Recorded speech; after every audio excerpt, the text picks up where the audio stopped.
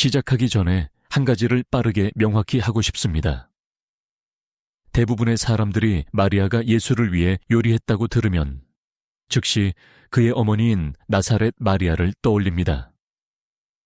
예수가 어린 소년이었을 때 그녀가 분명히 그렇게 했다는 것은 사실입니다.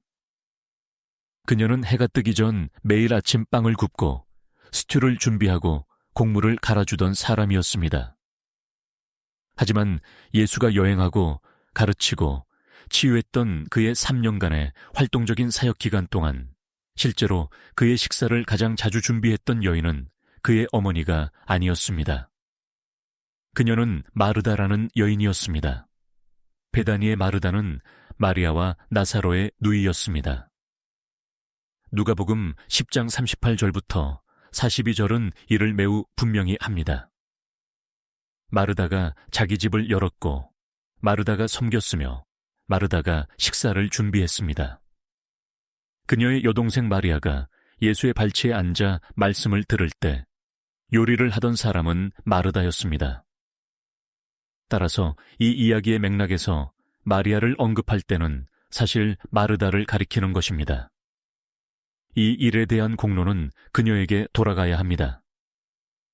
이제 그녀가 실제로 무엇을 준비했는지 논의해 봅시다. 매일은 빵으로 시작되었습니다. 이것은 가끔 있는 일이거나 대부분의 날 있는 일이 아니었습니다. 매일 있는 일이었습니다. 1세기 팔레스타인에서 빵은 단순히 반찬이 아니었습니다. 그것 자체가 식사였습니다. 빵을 의미하는 히브리어 단어 레헴 은 문자적으로 음식으로 번역됩니다.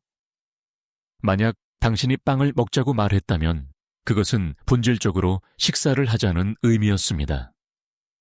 학자들은 빵이 하루 섭취 칼로리의 50%에서 70%를 차지했다고 추정합니다. 스튜, 올리브, 치즈 등 다른 모든 것은 단지 곁들임이었습니다.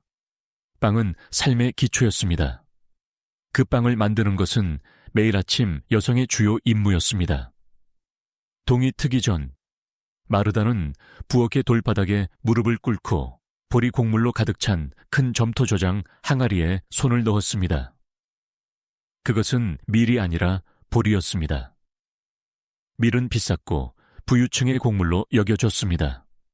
보리는 더 거칠고 더 밀도가 높고 더 저렴했습니다. 그것은 노동계급의 빵이었습니다. 마르다의 가족은 돈이 있었지만 요한복음 12장에서 그녀의 여동생 마리아가 예수에게 1년치 임금에 해당하는 순전한 나드 한 근을 부었다는 사실로 알 수 있습니다. 심지어 부유한 가정도 보리를 상비해 두었습니다. 그것은 실용적이고 배를 채워주었으며 모든 사람이 익숙한 것이었습니다. 그녀는 곡물을 돌절구에 퍼 담았습니다. 수년간 매일 사용되어 매끄럽게 닳아버린 무거운 현무암 그릇이었습니다. 그녀는 천천히 그리고 체계적으로 갈았는데 공이를 사용하여 딱딱한 알곡들을 깨뜨리고 비틀고 누르고 으깨어 거친 밀가루로 만들었습니다. 이것은 현대 밀가루처럼 곱지 않았습니다. 거칠고 질감이 있었습니다. 여전히 손가락 사이에 작은 껍질 조각들이 느껴졌습니다. 이 과정은 매일 아침 20분에서 30분간 꾸준한 노동을 필요로 했습니다. 지름길도 기계도 없었습니다. 밀가루가 준비되면 그녀는 넓은 점토 그릇에 부엌 가운데에 우물을 만들고 어제 반죽 조각들을 찢어 넣었습니다. 이것은 사워도우 스타터 또는 효모 역할을 했습니다. 포장된 효모 같은 것은 없었습니다. 그저 전날의 반죽 덩어리를 보관하고 밤새 발효시킨 다음 반죽을 부풀리는 데 사용했습니다. 그리고 새벽에 마을 우물에서 길어온 물을 넣었고 이어서 마을 바로 바깥 나무에서 짜낸 진하고 황금빛 녹색의 올리브 오일을 조금 부었습니다. 그녀는 반죽을 손바닥 뒤꿈치로 밀고 접고 다시 누르기를 5분, 7분 또는 10분 동안 하여 부드럽고 탄력 있게 될 때까지 반죽했습니다. 그런 다음 천으로 덮어 약 1시간 동안 부풀어 오르게 했습니다. 반죽이 발효되는 동안 그녀는 안뜰에 있는 도명의 점토 오븐인 타분이에 불을 지폈습니다. 그것은 너비가 약 2피트 반이었고 내부에는 매끄럽고 평평한 조약돌이 깔려 있었습니다. 사용된 연료는 나무가 아니었습니다. 나무는 귀했기 때문입니다. 대신 그녀는 말린 동물 배설물, 염소나 소의 것, 을집과 작은 나뭇가지와 섞어 사용했습니다. 거칠게 들리지만 말린 배설물은 느리고 고르게 타서 꾸준하고 안정적인 열을 생성합니다. 그녀는 부싯돌을 쳐서 지폐 불꽃을 붙이고 불이 번질 때까지 부드럽게 불었습니다.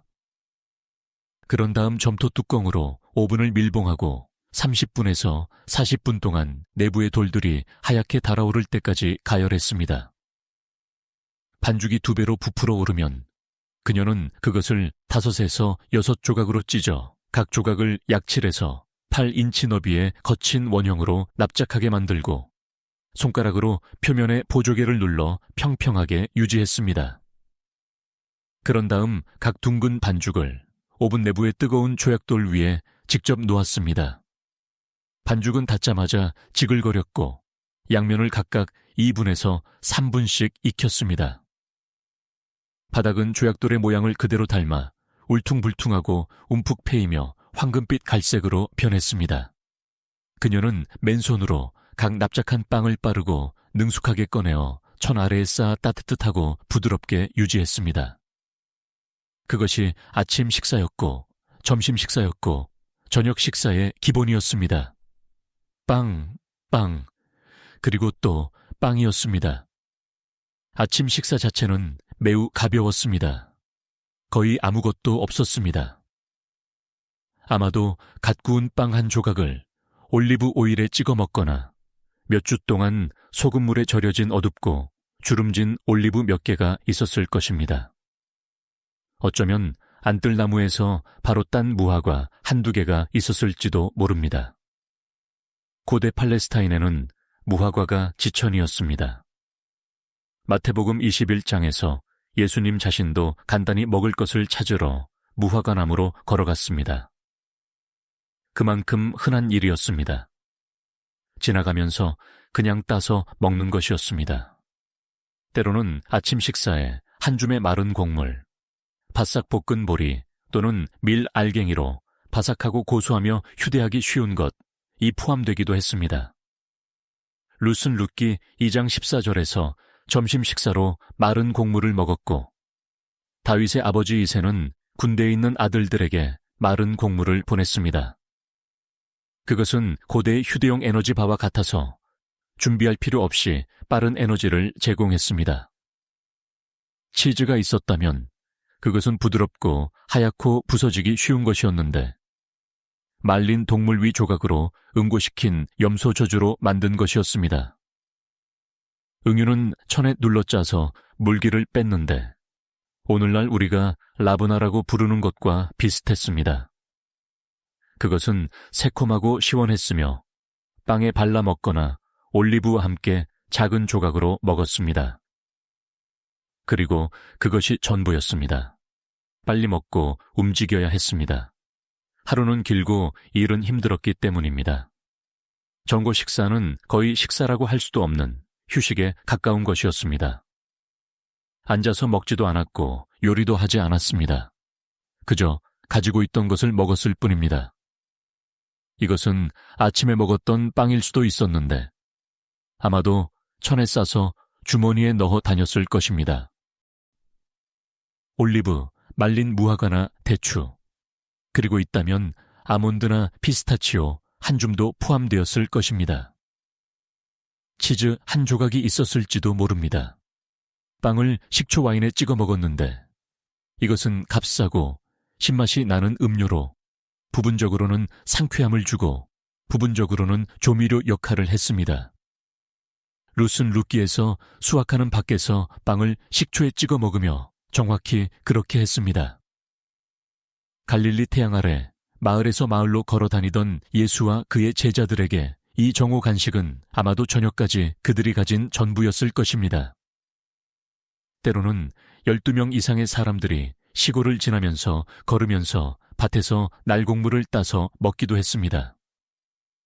누가복음 6장 1, 절은 제자들이 정확히 그렇게 했음을 알려줍니다. 곡식 이삭을 손바닥으로 비벼서 날곡물을 먹었습니다.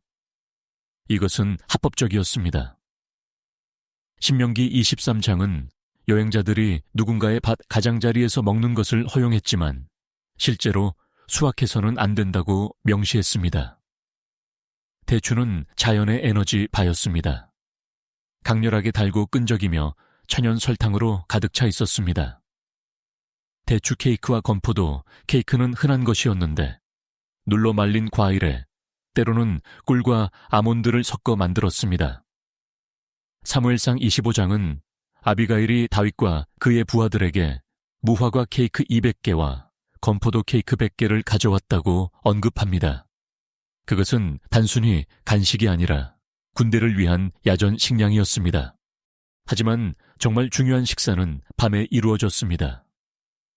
저녁 식사는 가족이 모이고 일이 멈추고 실제로 앉거나 더 정확히는 낮은 돌단상 주변 바닥에 비스듬히 기대어 식사를 하는 시간이었습니다.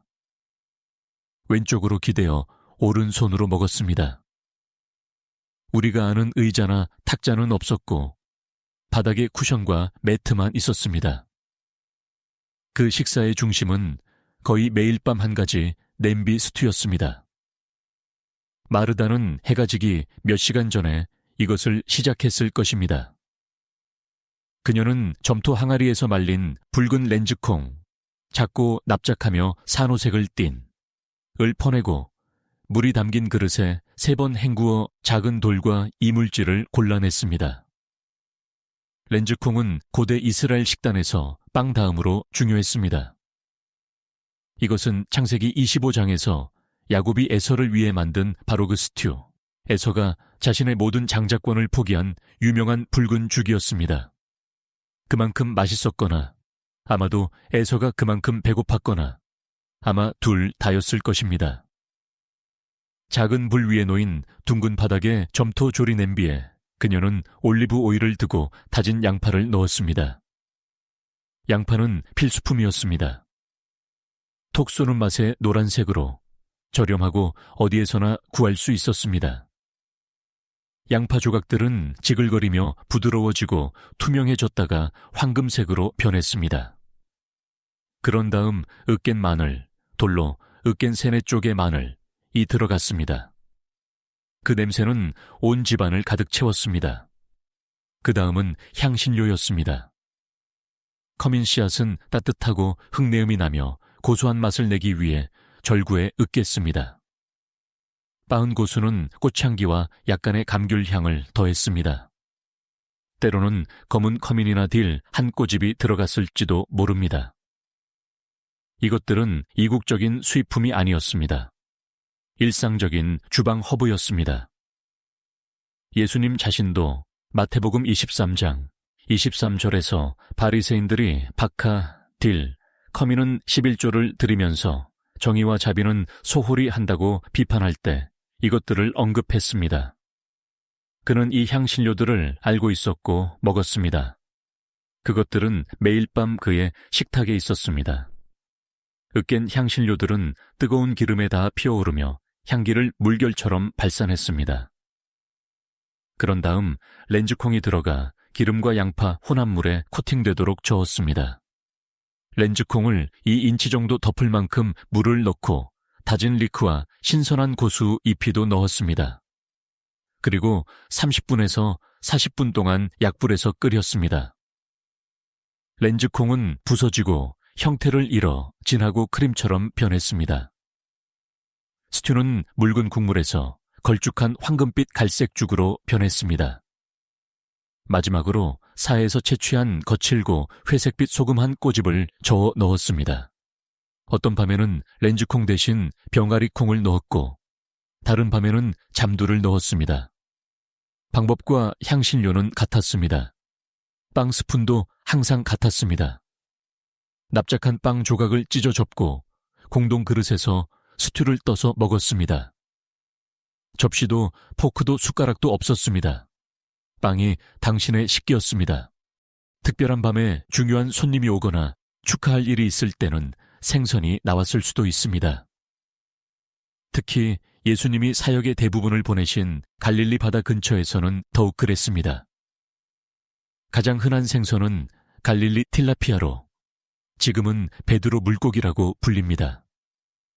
신선하게 먹을 수도 있었고 소금에 절여 말려 내륙으로 운반하기 위해 보존된 상태로 오기도 했습니다. 마르다나 하인은 부싯돌 칼날로 생선의 비늘을 벗기고 배를 따라 한 번의 칼질로 내장을 제거하고 속을 헹군 다음 거친 소금과 올리브 오일을 안팎으로 문질렀습니다. 딜, 민트 또는 마늘 조각 같은 신선한 허브를 안에 넣었습니다. 그런 다음 불 근처에 평평한 돌이나 숯불 위에 점토 그릴에 올렸습니다. 양면을 각각 5분씩 익히면 충분했습니다. 껍질은 바삭하게 갈라지며 황금색으로 변했고 살은 투명한 것에서 불투명한 흰색으로 변해 만지면 부서졌습니다. 예수님은 부활하신 후에도 직접 생선을 요리하셨습니다. 요한복음 21장은 그가 갈릴리 바다 해변에 숯불이 이미 피워져 있고 그 위에 생선이 놓여 있으며 옆에 빵이 있는 모습을 묘사합니다. 그는 제자들에게 와서 아침을 먹으라고 외쳤습니다. 그것은 신약 성경 전체에서 가장 인간적인 순간 중 하나입니다. 부활하신 하나님의 아들이 새벽 해변에서 친구들을 위해 생선을 굽는 모습입니다. 고기는 드물었습니다. 매우 드물었습니다. 보통의 가정은 결혼식, 종교축제 또는 귀한 손님 방문과 같은 특별한 경우에만 고기를 먹었습니다. 창세기 18장에서 아브라함이 3명의 낯선 사람들을 환영했을 때 그는 무리에게 달려가 부드러운 송아지를 택했습니다. 그것은 특별한 환대였습니다. 모든 것을 쏟아부은 것이었습니다. 고기가 제공될 때는 보통 양고기나 염소고기였고 돼지고기는 절대 아니었습니다. 예수님은 레위기 11장의 식사법을 엄격히 따르는 경건한 유대인이었습니다. 이는 돼지고기, 조개류, 낙타, 장어, 그리고 맹금류는 먹지 않는다는 것을 의미했습니다. 모든 고기는 특정 방식으로 도살되어야 했고 요리하기 전에 피를 완전히 빼야 했습니다. 피는 신성한 것이었고 결코 섭취되지 않았습니다. 게다가 고기와 유제품은 절대 같은 요리에 섞이지 않았습니다. 고기는 조각으로 잘라 스튜에 넣고 양파, 마늘, 리크, 향신료와 함께 부드러워질 때까지 천천히 요리했습니다. 아니면 꼬챙이에 꽂아 직화로 구웠습니다. 지방은 숯불에 떨어져 지글거렸고 그 냄새는 온 마을에 퍼졌습니다. 모든 사람들은 누군가 잔치를 벌이고 있다는 것을 알 수 있었습니다. 물 대신 와인이 매일 마시는 음료였습니다. 깨끗한 물은 찾기 어려웠고 구할 수 있는 물도 병을 유발할 수 있었습니다. 와인이 더 안전했습니다. 그들은 와인을 물과 섞어 마셨는데 보통 물 2대 와인 1의 비율이었습니다. 알코올의 천연방부 특성은 박테리아를 죽이는 데 도움이 되었습니다. 그것은 방탕한 것이 아니라 실용적인 것이었습니다. 하지만 와인이 모든 사람에게 공평하게 제공되지는 않았습니다. 고대 유대 율법서인 미슈나는 별거한 아내의 최소 식단을 규정할 때 와인은 포함되지 않았는데 가난한 사람들의 아내들은 와인을 마시지 않기 때문이라고 기록합니다. 그래서 많은 가정에서는 단순히 물이나 더 저렴하고 접근하기 쉬운 신맛 나는 식초 와인 혼합물을 마셨습니다. 꿀은 유일한 감미료였습니다. 설탕은 존재하지 않았습니다. 꿀은 빵에 뿌려지고 대추 케이크에 섞여 요리에 사용되었습니다. 약속의 땅 자체도 젖과 꿀이 흐르는 땅으로 묘사되었습니다. 꿀은 하나님의 선물로 여겨졌습니다. 순수하고 황금빛이며 단맛이 드물던 세상에서 믿을 수 없을 만큼 달콤한 것이었습니다. 이제 마르다의 식탁에 거의 매일 밤 올랐을 반찬들에 대해 말씀드리겠습니다. 올리브는 항상 있었습니다. 어둡고 단단하며 소금물에 절여지고 올리브 오일을 뿌리고 아마도 말린 우슬초나 오레가노 조각으로 간을 했을 것입니다. 올리브는 7가지 특산물 중 하나였습니다. 신명기 8장 8절에 나열된 이스라엘 땅의 특별한 농산물, 즉 밀, 보리, 포도, 무화과, 석류, 올리브, 대추였습니다. 이 7가지 음식은 전체 문명의 중추였습니다. 올리브 오일은 요리, 등불, 약, 그리고 기름 부음을 위해 사용되는 삶 자체였습니다. 그것 없이는 문자 그대로 생활할 수 없었습니다. 오일은 무거운 돌 롤러 아래에서 올리브를 으깨고 으깬 것을 엮은 바구니에 모아 레버와 무게 시스템으로 짜서 황금빛 액체가 흘러나오게 하여 추출했습니다. 가벼운 압력과 잘 익은 올리브를 사용하여 처음 짜낸 오일이 가장 훌륭하고 달콤한 오일이었습니다. 그것이 빵을 찍어 먹는 오일이었고 마르다가 스튜 위에 뿌린 오일이었습니다. 제철에는 신선한 무화과가 있었고 나머지 기간에는 말린 무화과가 있었으며 밀어 말린 무화과로 만든 무화과 케이크도 있었는데 이것은 밀도가 높고 달콤했습니다. 대추는 끈적하고 짙은 갈색이며 강렬하게 달았습니다. 석류는 루비 같은 붉은 씨앗에 새콤한 즙이 가득했습니다. 포도는 대부분 와인으로 만들어졌지만 신선하게 먹거나 건포도로 말려서도 먹었습니다. 민트나 딜 같은 신선한 허브를 찢어 위에 뿌린 염소 치즈도 있었습니다. 볶은 아몬드나 피스타치오를 담은 작은 그릇이 있을 수도 있었고 올리브 오일과 참깨 페이스트를 곁들인 갈아 만든 병아리 콩으로 만든 후무스 접시가 있었을 수도 있습니다. 오이, 리크, 마늘쪽, 양파는 간단하고 풍부하며 함께 나누어 먹는 것이었습니다. 그리고 모든 것을 바꾼 마지막 식사가 있었습니다. 바로 유월절 식사였습니다.